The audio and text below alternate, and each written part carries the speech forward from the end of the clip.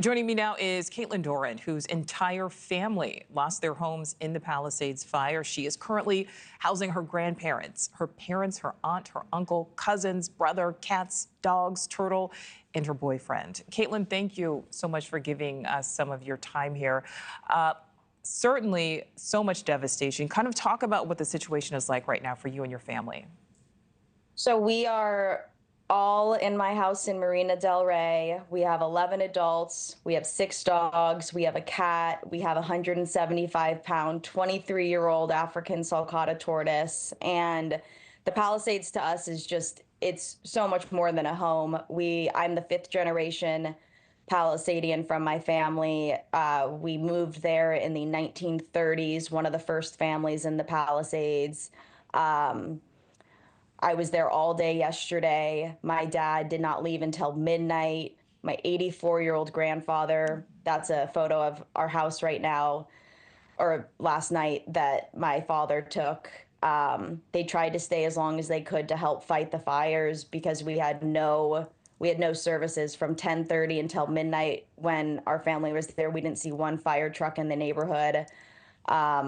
I mean, this is the house that my mom raised her family in, and across the street is the house that she grew up in the Palisades. We're neighbors with my grandparents. My aunt and uncle live 3 streets down with their 2 kids and dog, and we've lived here our whole life. My grandparents met at Palisades Elementary, and it's gone. So we're all at the house in the marina. We're all safe. We're all happy to be here. We didn't save anything other than the Lazy Susan that my grandfather built that was in their backyard. My brother was able to run in and grab that. So at least we have our Sunday night dinner tradition still going. But I mean, it's beyond devastation. Yeah, There, so many memories. Caitlin, how every, difficult was it for them to leave? I mean, you said your dad didn't leave till 10 o'clock last night. How oh, difficult was it? Yeah.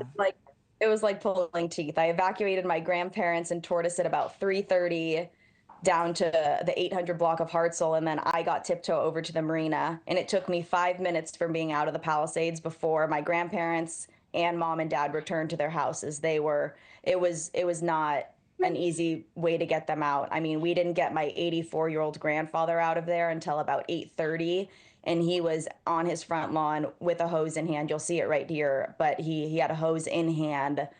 He's trying to save his home, trying to save their family memories. I mean, they didn't take anything from the house because it's not about what's inside. It was just they did what they could. And, you got guys that are just, they're trying to save their community and, putting fires out at the neighbors' houses, utilizing everybody's, we're just trying. But the water turned off. And like I said, we had no support from Yeah. any fire truck or anything, which there were too many fires to Yeah. allocate resources.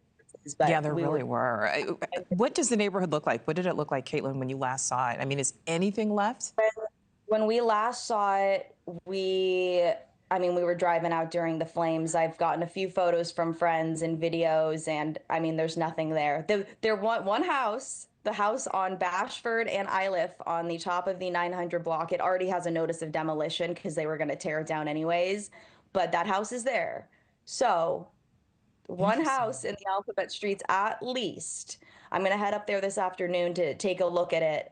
But for the most part, I mean, we're all going to be starting from scratch. But the Palisades is such a strong community. I mean, we're a small town in a big city, and we really are a close-knit community. So, what are we going to do? But everything's gone. We don't have a school, grocery stores, but I've gotten such powerful messages from friends, family, people out of the state that I haven't talked to in years that are ready to head to the Palisades with a shovel. So I want to talk in about that, hindsight, Caitlin. I mean, you mentioned your tortoise there, and I mentioned the tortoise out of all of the family members because you and your tortoise also have a big following on social media. What has been the reaction online?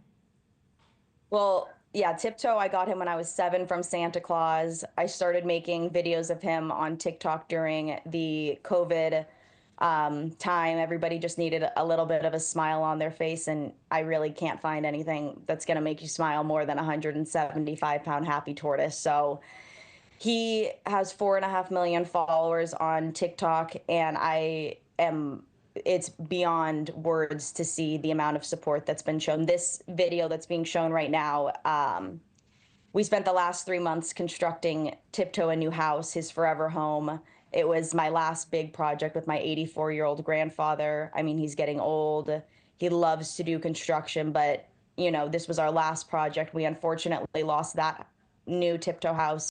Thanks for watching. Go to joinnn.com to find News Nation on your screen. And don't forget to click the red subscribe button below to get more of News Nation's fact-driven, unbiased coverage.